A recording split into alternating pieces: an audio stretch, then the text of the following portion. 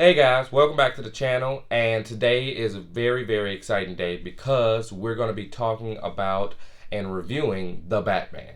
Now, before we get into anything, I just want to talk about my love of this character. Now, this is not only my favorite DC comic book character, this is just my favorite comic book character in general.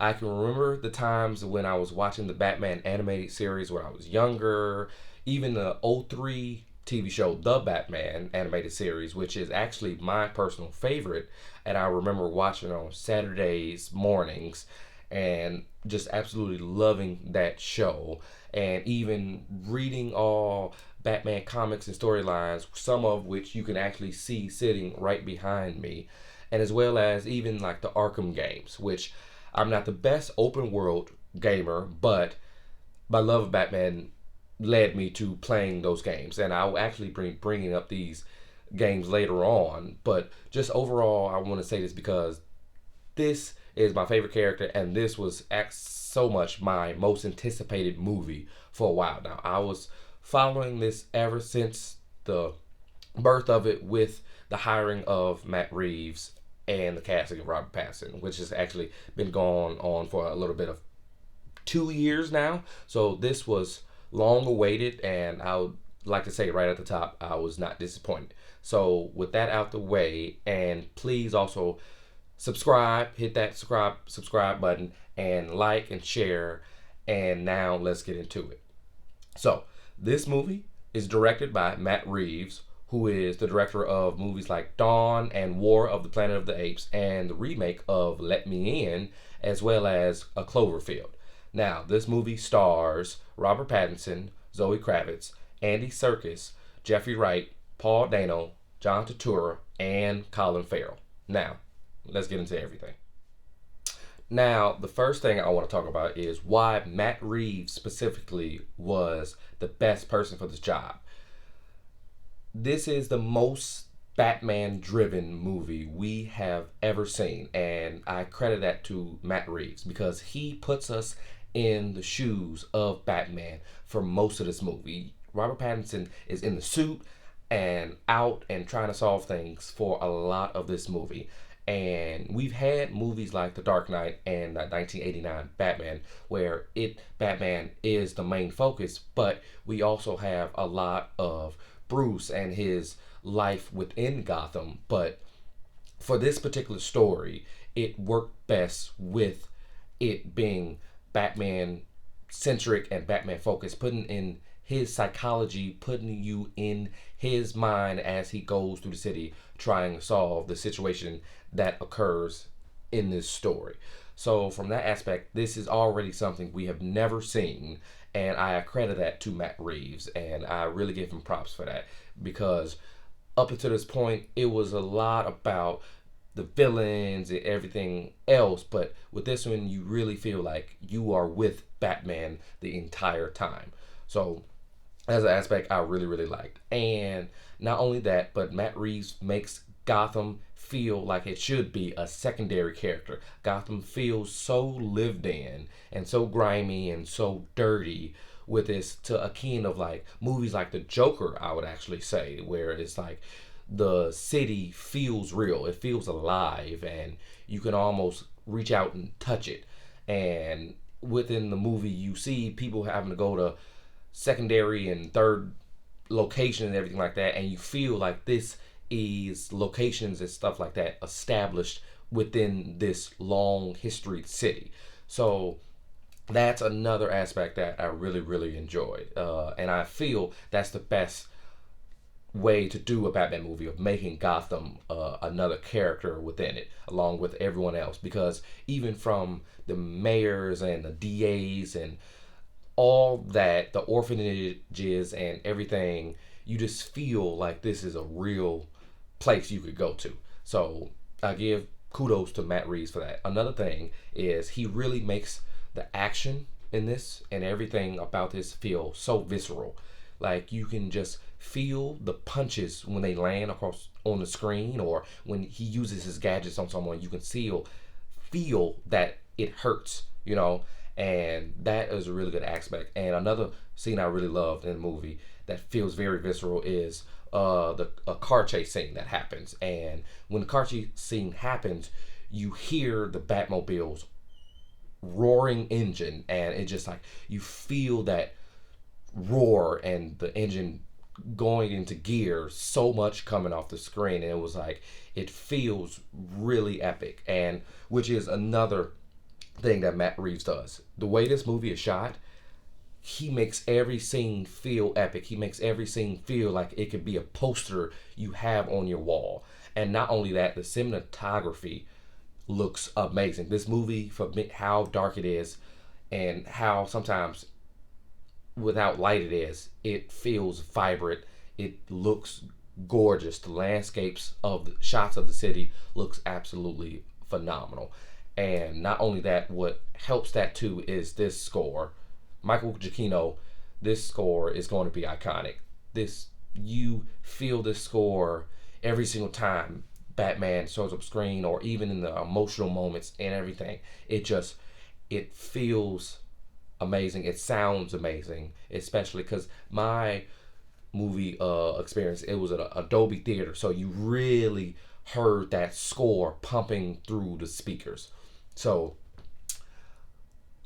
my hat is off to Matt Reeves for directing the crap out of this movie, and it really was phenomenally directed. So secondly, I want to talk about the performances, and the performances were all home runs. Everyone did a great job.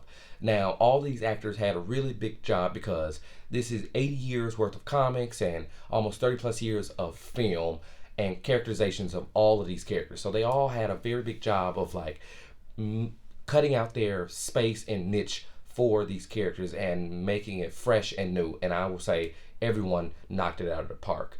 And even scene stealers of John Turturro and Colin Farrell. Both of them, I did not realize how much were going to be integral to the storyline, especially John Turturro as Carmine Falcone, and making you believe he is this crime boss of Gotham City. And he really makes that believable. And this shows what you do when you cast an A-plus actor in this type of role that is so pivotal. But standouts for me are Zoe Kravitz and Robert Pattinson. Number one, their chemistry is amazing as Catwoman and Batman, which we've seen in multiple iterations. And Zoe Kravitz definitely shows as a Catwoman that can hold her own and does not need Batman's help at all. And from the action scenes to even her more personal, charismatic scenes where she's being slick as Selena Kyle. So Zoe Kravitz knocks it out the park. But the main person I want to talk about right now is Robert Pattinson and also Paul Dano, the main protagonist and antagonist. Now, Robert Pattinson has a big job on his shoulders, as there were many Batman actors who played this role and many people who have their personal favorites. So he had to really make this character his own and bring something new to the role, and he really did. This is a Bruce that is just starting out, is on year 2. He's angry, he's vengeful, and he has no interest in being Bruce in the public eye. And you really feel that through the movie, as also it is a very much Batman driven movie. That means where it's like he doesn't really feel an importance to put a Bruce persona on and in the public eye. He doesn't even really go out, and I feel that works for this movie because his arc is about getting to that place, which we'll talk about a little bit later when I get a little bit more into the story. But performance wise, Robert Pattinson is amazing. Even the physicality and the fighting, he does a really good job with. So this was A+ casting, A+ performance, and I hope to see many more of him in the future. Now, Paul Dano as the Riddler is terrifying. He is so terrifying and so crazy and maniacal. You really feel that and feel scared every single time he pops on the screen. And Matt Reeves does a really good job of shooting him in certain scenes, which you'll see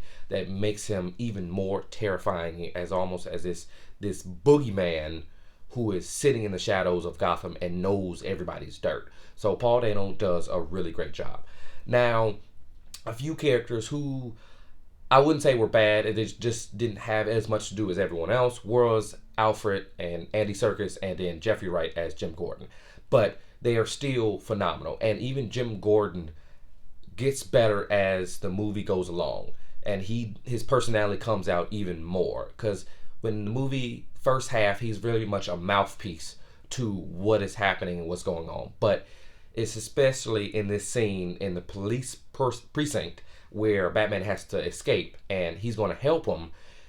It really shows his personality and his dynamic with Batman. You really see that they developed a relationship over these 2 years, and why Jim Gordon trusts him so much and why Batman trusts Jim Gordon so much.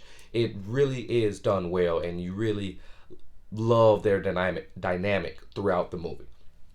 But overall, they just more so didn't have as much to do as everyone else, but they still were phenomenal. So again, these performances were great, and everyone knocked it out the park. Now, lastly, what I want to talk about is the fact that this story and plot is a nearly 3-hour detective-driven story, and that really lends its hands to the story Matt Reeves chose, because it is about Batman, and a very Batman-driven movie about him having to stop and figure out what the Riddler is doing, as well as seeing how far the corruption goes within Gotham and how it connects to his own family. So you have many threads that you are going at in this movie, and which the runtime really helps flesh out everything and let everybody's performances breathe, and you really are entrenched in this mystery and noir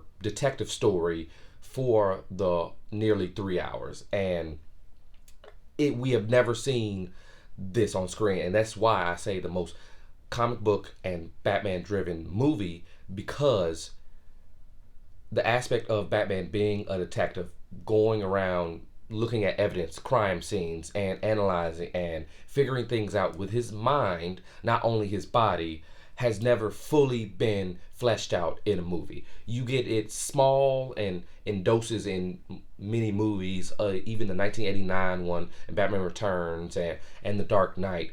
But this is the most Batman detective skills driven movie we have ever seen, and him going tit for tat, mind wise, with a character like the Riddler, which was perfect for the story. The perfect character for a detective driven story was the Riddler. Even in comic books like Hush and everything like that, or The Long Halloween, where you see him using his detective skills to solve the mystery of what's happening in Gotham, which also I feel, especially The Long Halloween, Matt Reeves definitely is inspired from, as well as other comics like Batman Ego and Batman Year One. So this story was phenomenal, is nothing we have ever seen, and is another aspect that makes this movie great. Any gripes I have with this movie really were more nitpicks, and even the third act has a little bit of a struggle to finish off this long detective story. But even through that aspects, I feel as if it was more a third act to complete Batman's arc of going from this person who is going out and beating people and just trying to solve his anger, to more of him realizing that he needs to be more as a Batman. He needs to be more than just vengeance, which he sees toward the end turn on its head and realizes the mistakes he's been making and what he needs to become. So even in that aspect, the story still does a very good job of wrapping everything up, and a few scenes here and there that are setting up the future and whatnot. But overall, this was a phenomenal movie. I highly enjoyed it. It was worth the wait, and man, I cannot see what the future holds for this franchise. So I gotta give this movie a 5 out of 5. It was absolutely phenomenal. You should definitely go check it out. It just hit theaters. Go see this movie. Now, Comment below your favorite Batman movie, your favorite portrayal. Have you seen this movie already? What did you think? Is it the best Batman yet? Where does it rank? Whatever it is, comment below and like, subscribe, and as always, I'll see you next time.